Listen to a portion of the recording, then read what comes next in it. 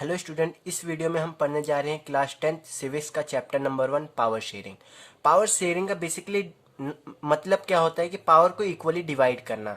वो डिवीजन या तो एक कम्युनिटी के बीच में हो, दो कम्युनिटी के बीच में हो, या डिफरेंट लेवल ऑफ गवर्नमेंट के बीच में हो, या फिर different level of government organs के बीच में हो। ओके, यहाँ पे डेफिनेशन दी है, power sharing is a technique to share the power at different level. यानी पावर शेयरिंग एक टेक्निक है जिसके जरिए हम पावर को शेयर करते हैं डिफरेंट लेवल्स में। It is an idea introduce in democracy so that the power is not concentrated at one's hand only and that difference form can keep check on each others. यानी कि ये जो power है किसी एक के हाथों में कंसंट्रेटेड ना हो, यानी एक ही के हाथों में ना रहे, एक इंस्टीट्यूशन या एक पर्सन के हाथों में पूरी पावर ना दी जाए। ये पावर का डिस्ट्रीब्यूशन दूसरे इंस्टीट्यूशंस में भी हो, ताकि एक पावर को दूसरा इंस्टीट्यूशन चेक करे कि वो कहीं पावर का मिसयूज तो नहीं कर रहा। जैसे इंडिया में देखें तो इंडिया एक फेडरल कंट्री है।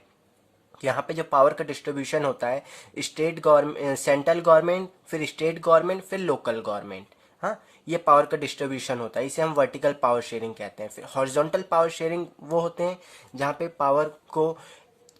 पावर को लेजिस्लेटिव, एग्जीक्यूटिव और जुडिशरी में बांटा जाता है। अभी हम देखेंगे यहाँ इसकी दूसरी डेफिनेशन। फेडरलिज्म वैसे आपका सेकंड चैप्टर है। हाँ, when the power does not rest with any one organ of the state, यानी कि जब पावर किसी एक ऑर्गन या एक इंस्टीट्यूशंस के हाथ में ना रह के वो पावर लेजिस्लेटिव, एग्जीक्यूटिव और जुडिशरी के बीच में बटे, पावर का डिस्ट्रीब्यूशन हो, तो उसे हम पावर शेयरिंग कहते हैं। ओके, समझ गए। अब ये पावर शेयरिंग चैप्टर में हम दो कंट्रीज को पढ़ेंगे। एक यूरोपियन कंट्री है जिसका नाम है बेल्जियम, और एक है साउथ एशियन कंट्री जो श्रीलंका, कि उन्होंने अपने यहाँ पे पावर शेयरिंग को कैसे मैनेज किया, पावर को कैसे शेयर किया। ओके, हम केस स्टडी पढ़ते हैं। केस स्टडी पढ़ते हैं बेल्जियम एंड श्रीलंका की। सबसे पहले बेल्जियम एक यूरोपियन कंट्री है। ये काफ़ी छोटी है, जैसे हमारे इंडिया का हरियाणा, उससे भी छोटी, और ये अपने बॉर्डर को शेयर करती है नेदरलैंड के साथ और जर्मनी के साथ, लैक्समबर्ग के साथ। बेल्जियम की कैपिटल है ब्रुसेल। ओके, ये सब आपके एमसीक्यू में आने वाले हैं। अभी जो आपका एग्जाम है उसमें एमसीक्यू के फॉर्म में आ सकता है ये। अब ये जो बेल्जियम है दो रीजन में बटा हुआ है, एक फ्लेनिश रीजन, एक Wallonia region. Flemish region and Wallonia region. Flemish region में डच लोग ज़्यादा रहते हैं, ये मेजॉरिटी में है। और फ्रेंच लोग कहाँ रहते हैं? वेलोनिया रीजन में। और जर्मन लोग सिर्फ 1% है। अब यहाँ देखते हैं डच स्पीकर्स कितने हैं, 59%, फ्रेंच स्पीकर्स 40%, और रिमेनिंग जितने हैं वो 1%, यानी जो जर्मन स्पीकर्स हैं वो 1% है। मेजॉरिटी में कौन है? डच। और माइनॉरिटी में कौन है? फ्रेंच। और 1% तो जर्मन, ये भी माइनॉरिटी में आ जाते हैं। वैसे ये हमारा पूरा नेशनल लेवल का था। अब इसकी कैपिटल है, कैपिटल का इसका अपोजिट है। जैसे यहाँ पे डच क्या है? मेजॉरिटी में, पर यहाँ कैपिटल में देखोगे, कैपिटल ब्रुसेल में देखोगे तो डच यहाँ माइनॉरिटी में है। यहाँ मेजॉरिटी में था डच, पर यहाँ माइनॉरिटी में है ब्रुसेल में। और फ्रेंच यहाँ पे मेजॉरिटी में, फ्रेंच स्पीकर्स यहाँ पे मेजॉरिटी में है। ओके, अब यहाँ देखो बेल्जियम में 2 या 3 स्पीकर्स हैं, 3 लैंग्वेज बोली जाती हैं। तो अब लोगों के बीच टेंशन तो हो गई। अगर पावर के इक्वली डिस्ट्रीब्यूशन अच्छे से नहीं होगा, पावर शेयरिंग अच्छे से नहीं होगी, तो लोगों के बीच में कॉन्फ्लिक्ट्स या टेंशन तो हो गई।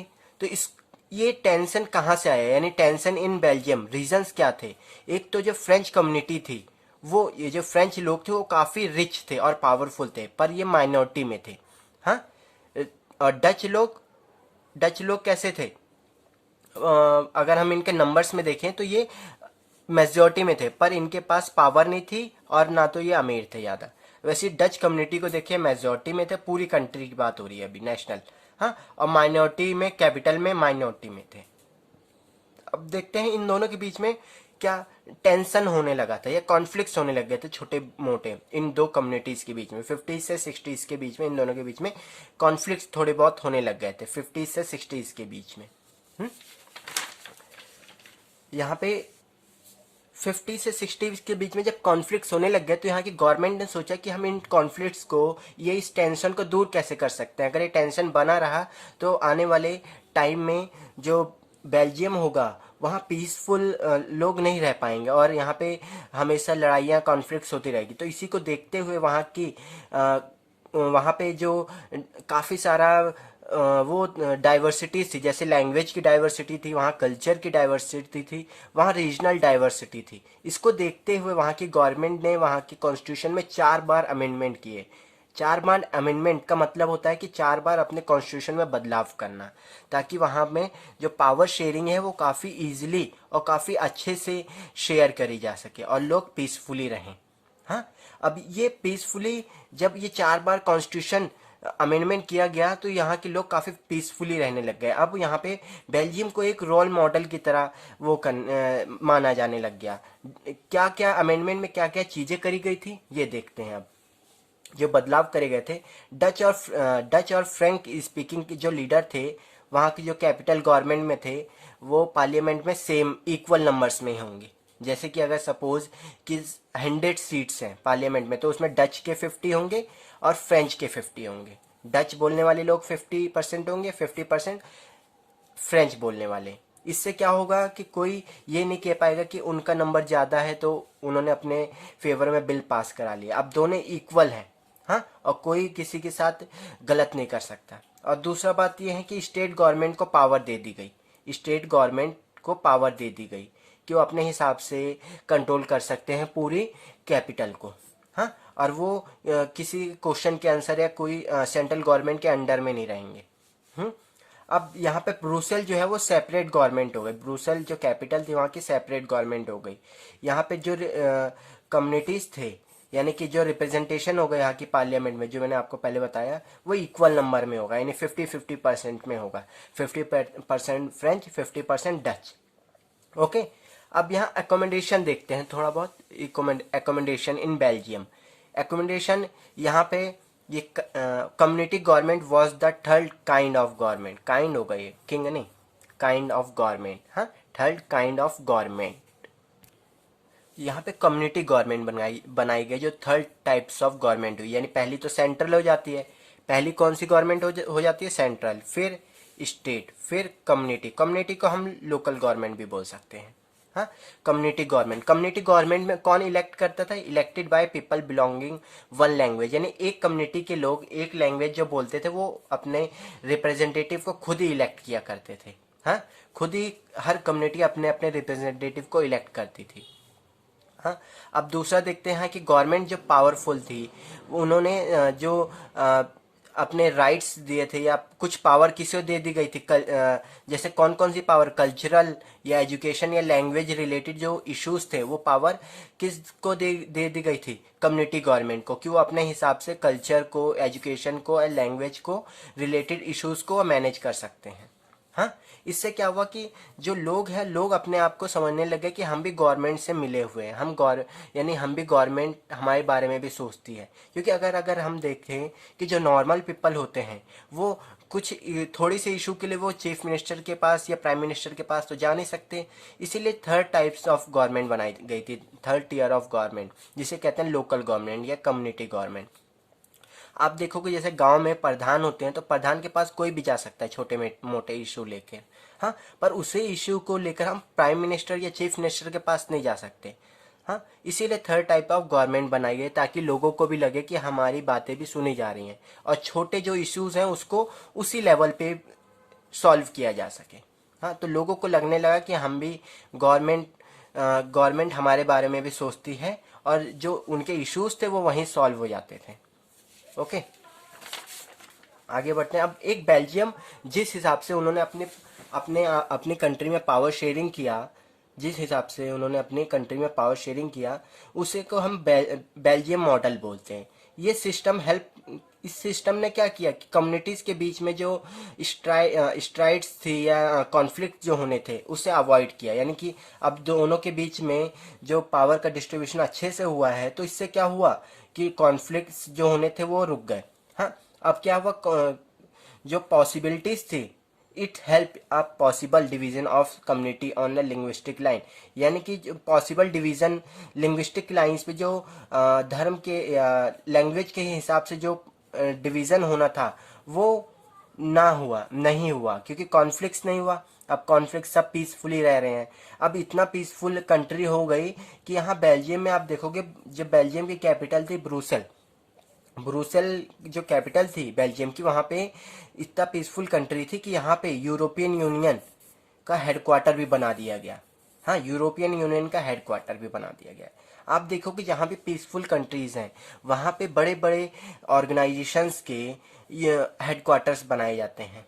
हाँ, अब देखते हैं श्रीलंका, जैसे बेल्जियम ने अपने कंट्री में पावर शेयर किया, क्या आप देखते हैं श्रीलंका ऐसा कर पाएंगे? ऐसा नहीं होता, श्रीलंका में इसका अपोजिट होता है।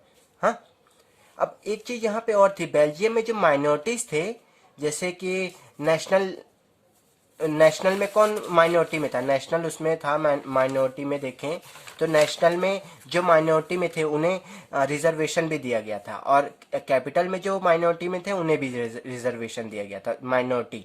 पर श्रीलंका में क्या होता है, श्रीलंका के बारे में पहले हम बात करते हैं। श्रीलंका एक आइलैंड है, आइलैंड नेशन है जो सदर्न एशिया में है, और ये तमिलनाडु जो है उसके सदर्न कोस्ट के नीचे पड़ता है। हाँ, यहाँ पे सिंघाला स्पीकर्स कितने हैं, सिंघाला लैंग्वेज बोलने वाले लोग कितने हैं? 74%, जो बुद्धिस्ट हैं, यानी मेजोरिटी के लोग हैं ये। हाँ, वैसे ही तमिल स्पीकर्स कितने हैं? तमिल स्पीकर्स 18% है, जिसमें हिंदू और मुस्लिम दोनों हैं। अब Tamil and Sinhala speaking Christians हैं कुछ, जो 7% है। ओके, अब यहाँ देखते हैं, यहाँ पे एक तरीके से जैसे हर कंट्रीज में होता है कि माइनॉरिटीज को रिजर्वेशन दिया जाता है, पर यहाँ मेजोरिटी को रिजर्वेशन दिया है। यहाँ हर चीज़ मेजोरिटी के हिसाब से होती है। ओके, यानी श्रीलंका एक मेजोटेरियनिज्म कंट्री है। श्रीलंका आज़ाद कब हुआ था? 1948 में। सिन्हाला का कंट्री पे काफ़ी डोमिनेंस रहता है।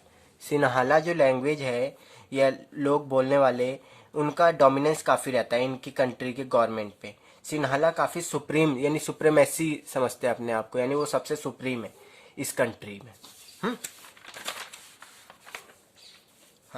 अब क्या है यहाँ पे अगर हम देखें, सिन्हाला एक सुप्रीम अपने आप को कहता है कि हम सबसे, उन्हीं का डोमिनेंस पूरी गवर्नमेंट पे रहता है, वही सोचते हैं कि हमारे हिसाब से पूरी गवर्नमेंट चले, ये सारी चीज़ें।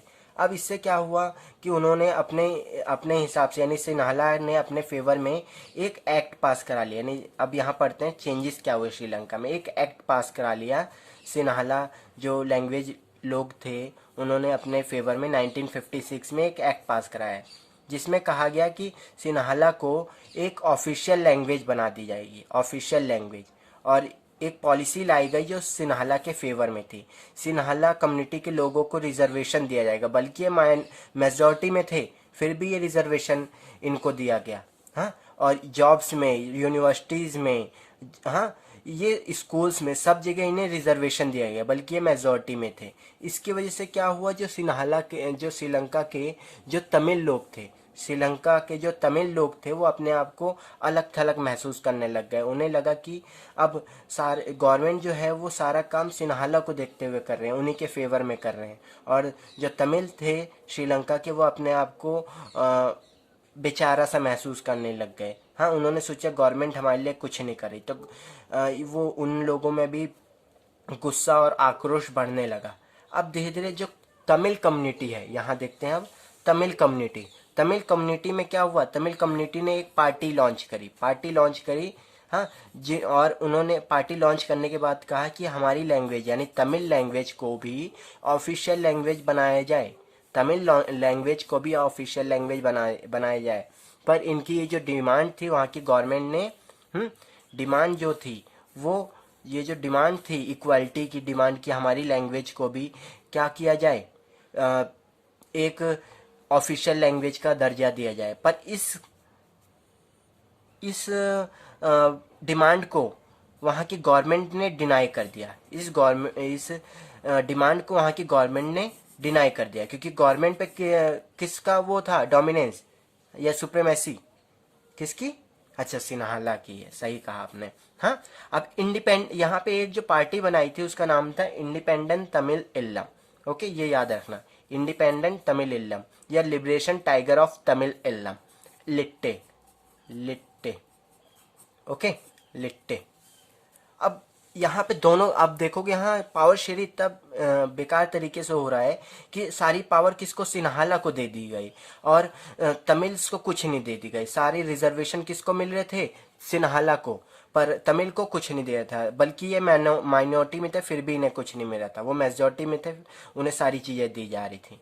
अब इसी की वजह से दोनों जो समुदाय या दोनों कम्युनिटी थी, उनके बीच कॉन्फ्लिक्ट्स बढ़ने लगा, कॉन्फ्लिक्ट्स बढ़ने लगा। तो ये कॉन्फ्लिक्ट बढ़ते बढ़ते, ये कॉन्फ्लिक्ट्स दोनों के बीच में बढ़ा। हाँ, और बढ़ते बढ़ते ये खत्म कब हुआ, जब सिविल वॉर हो गया। सिविल वॉर का मतलब होता है कि जब एक ही कंट्री में दो कम्युनिटी के लोग या दो रिलीजन के लोग काफ़ी लार्ज स्केल पर लड़ाई करने लगे और डिस्ट्रक्शन हो जाए पूरी कंट्री में, और इकोनॉमिक क्राइसिस आ जाए। हाँ, और सभी लोगों, काफ़ी लोग मारे जाएं, इसी को हम सिविल वॉर कहते हैं। ओके, सिविल वॉर हो गया। सिविल वॉर से काफ़ी खतरा होता है कि अगर कहीं भी वॉर होती है, वैसे नॉर्मली अगर कोई वॉर होती है दूसरी कंट्री के साथ, तो वो कंट्री वैसे ही आपस में पीछे चली जाती है 10 साल।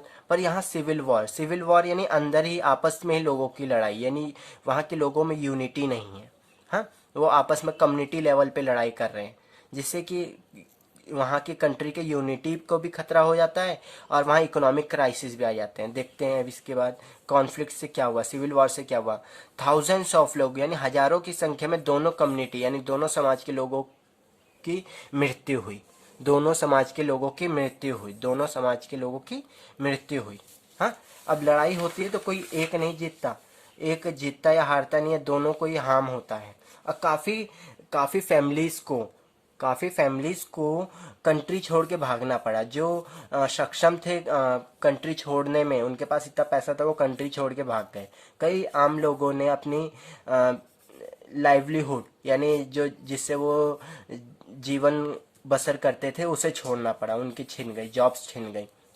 श्रीलंका में क्या स्टार्ट हो गया, इकोनॉमिक क्राइसिस स्टार्ट हो गया। श्रीलंका में इकोनॉमिक क्राइसिस स्टार्ट हो गया, क्योंकि लड़ाई हो रही है। अब लड़ाई हो रही है तो वहाँ से जो भी मैन्युफैक्चरिंग इंडस्ट्रीज़ होंगी वो बंद हो जाएंगी, उन पे आग लगा दी जाएगी। ये सारी चीज़ें होने लगती हैं सिविल वॉर में। और रोड तोड़ी जाएंगी, बिजली के तार तोड़े जाएंगे, बसेज, गवर्नमेंट जो प्रॉपर्टीज़ है उसे तोड़ा जाएगा।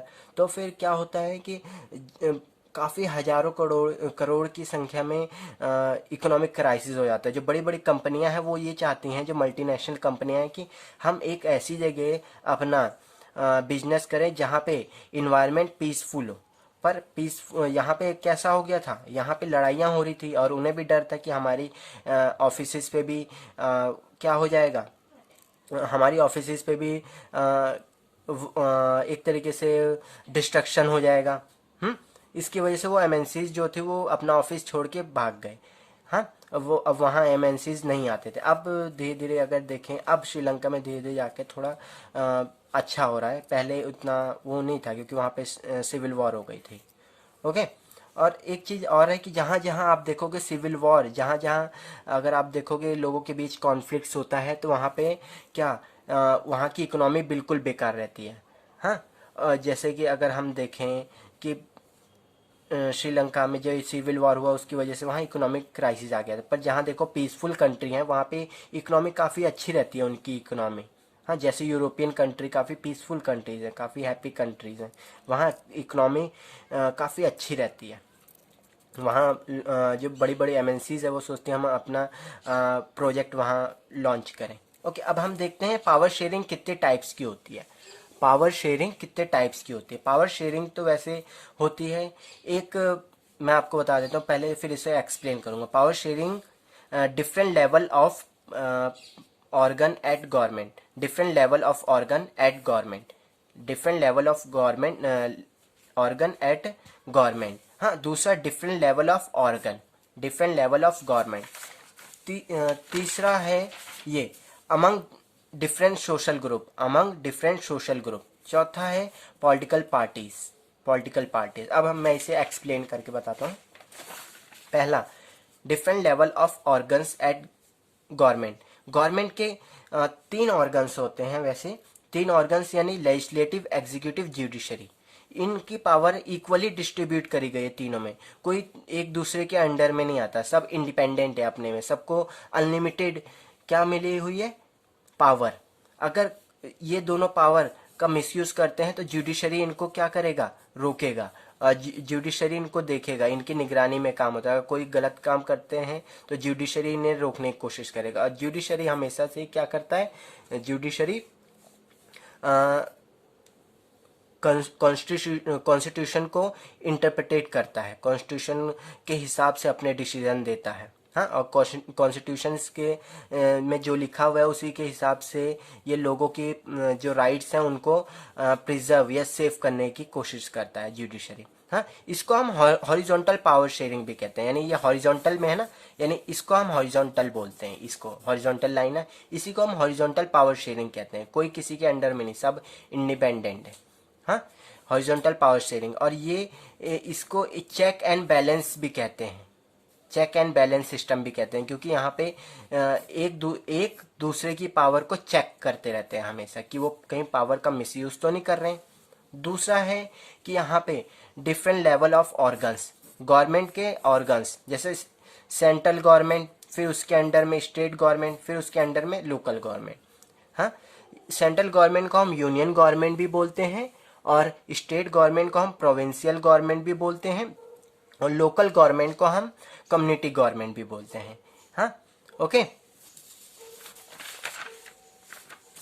आगे अब इसको हम वर्टिकल पावर शेयरिंग भी कहते हैं। वर्टिकल पावर शेयरिंग इसलिए क्योंकि ये ऐसी लाइन बनाते हैं, यानी सेंट्रल, स्टेट, लोकल, है ना, और इस लाइन को हम क्या कहते हैं, वर्टिकल, इसीलिए हमने इसे कह दिया वर्टिकल पावर शेयरिंग। ओके। अब तीसरा फॉर्म है अमंग डिफरेंट सोशल ग्रुप। ये पावर शेयरिंग का तीसरा फॉर्म है, among social group. Religious and linguistic groups होते हैं जो जिनके पास पावर है। हाँ, और रिजर्व कॉन्स्टिट्यूएंसीज, यानी कि इसका मतलब क्या है कि पावर को वो करने के लिए रिलीजियस और रिजर्व कॉन्स्टिट्यूएंसीज बनाई गई हैं। हाँ हाँ, रिलीजियस एंड लिंग्विस्टिक ग्रुप्स, हाँ, और रिजर्व कॉन्स्टिट्यूएंसीज बना दी जाती हैं रिप्रेजेंटेशन के लिए। जैसे कि हर जगह रिप्रेजेंटेशन के लिए एक रिजर्व कॉन्स्टिट्यूएंसीज बना दी जाती हैं, जहाँ पे माइनॉरिटीज़ लोग क्या करते हैं, माइनॉरिटीज़ के लिए वो रिजर्व होती है। ओके। अब ये हो गया among different social group. Okay, या रिलीजियस के हिसाब से, लिंग्विस्टिक ग्रुप्स के हिसाब से, और रिजर्व कॉन्स्टिट्यूएंसीज के हिसाब से। लेजिस्लेटर में और एडमिनिस्ट्रेटिव में, जैसे जॉब्स में या लेजिस्लेटर में, एमपी एमएलए या प्रधान के इलेक्शन में इनके कॉन्स्टिट्यूएंसीज को, यानी इनके सीट को रिजर्व किया जाता है। अब पॉलिटिकल पार्टीज, कई सारी पॉलिटिकल पार्टीज या ग्रुप्स होते हैं जिनमें पावर का डिस्ट्रीब्यूशन होता है। डिफरेंट सोशल ग्रुप्स होते हैं जिनमें पावर का डिस्ट्रीब्यूशन होता है, पावर शेयरिंग होती है। Okay, power sharing. और कोलिजन गवर्नमेंट होती है। कोलिजन गवर्नमेंट का मतलब ये होता है जब किसी एक पार्टी को फुल मेजॉरिटी नहीं मिलती। जब किसी एक पार्टी को फुल मेजॉरिटी नहीं मिलती तो वो कई सारी पार्टियां मिलके एक ग्रुप बना लेते हैं और मेजॉरिटी को पा लेते हैं, मेजॉरिटी हासिल कर लेते हैं, तो वो अपनी गवर्नमेंट बनाते हैं। इसी को हम कहते हैं कोलिजन गवर्नमेंट। हाँ, तो यहाँ भी पावर को अच्छे से डिस्ट्रीब्यूट किया जाता है। प्रेशर ग्रुप्स होते हैं कई सारे, जो जिनके पास पावर होती है वो गवर्नमेंट को प्रेशर करते रहते हैं। मूवमेंट्स होते रहते हैं कई सारे, जिससे सरकार को लगता है सरकार एक तरीके से अच्छा काम करती है। उन्हें डर रहता है कि हम अगर कुछ गलत काम करें तो हमारे खिलाफ मूवमेंट्स हो सकते हैं, हाँ, आंदोलन हो सकते हैं। ओके। अब इसी को चीज़ को मैंने कुछ टेबल फॉर्म में दिखाने की कोशिश करी है, देख सकते हो। Forms of power sharing, power sharing के फॉर्म्स, जैसे हॉरिजॉन्टल पावर शेयरिंग इस टाइप की, जिसमें क्या आता है, लेजिस्लेटर, एग्जीक्यूटिव और जुडिशरी। और वर्टिकल पावर शेयरिंग में क्या आता है, central government, state government and local government. Community में तो आपको पता ही है, कम्युनिटी होती है। हाँ, कम्युनिटी के लोग होते हैं, सोशल ग्रुप्स होते हैं, ये सारी चीज़ें। और कोलिजन गवर्नमेंट उसे कहते हैं जहाँ पे सबको यानी किसी एक पार्टी को मेजॉरिटी नहीं मिलती, तो हमें एक से ज़्यादा पार्टियां आपस में मिल के गवर्नमेंट बनाती हैं और मेजोरिटी पाती हैं, उसे हम कहते हैं कोलिजन गवर्नमेंट, यानी गठबंधन की सरकार। हाँ, अब इसकी ज़रूरत क्यों है? Ethnic social division based on off culture, social division based on culture. Okay, ethnic यानी कि हमें सोशल डिवीजन किसके ऊपर बेस्ड होता है? कल्चर के ऊपर बेस्ड होता है। वाई पावर शेयरिंग डिजायरेबल, यानी पावर शेयरिंग क्यों जरूरी है? हाँ, पावर शेयरिंग क्यों जरूरी है, या क्यों पावर शेयरिंग अच्छे से होनी चाहिए? क्यों? क्योंकि इससे क्या होता है, ये कॉन्फ्लिक्ट्स कम होते हैं। यानी पहला रीजन है प्रूडेंशियल रीजंस। हाँ, इससे क्या होता है, कॉन्फ्लिक्ट्स कम हो जाते हैं। अगर पावर शेयरिंग इक्वली होगा, अच्छे से होगा, तो कॉन्फ्लिक्ट्स होने के चांसेस बहुत कम होंगे सोशल ग्रुप्स के बीच में या कम्युनिटीज के बीच में। हाँ, ओके। दूसरा मोरल रीजन, मोरल रीजन का मतलब है कि यहाँ पे लोगों में यूनिटी बनी रहेगी, इंश्योर स्टेबिलिटी, और यहाँ पे स्टेबिलिटी बनी रहेगी, लोगों में यूनिटी बनी रहेगी, भाईचारा बना रहेगा, पीस यानी शांति बनी रहेगी, और स्पिरिट ऑफ डेमोक्रेसी बनी रहेगी, यानी सब डेमोक्रेसी में विश्वास करेंगे। ओके, इसी के साथ हमारा ये चैप्टर कंप्लीट होता है। अगर आपको ये वीडियो अच्छी लगी हो तो वीडियो को लाइक करें एंड चैनल को सब्सक्राइब करें। Thank you.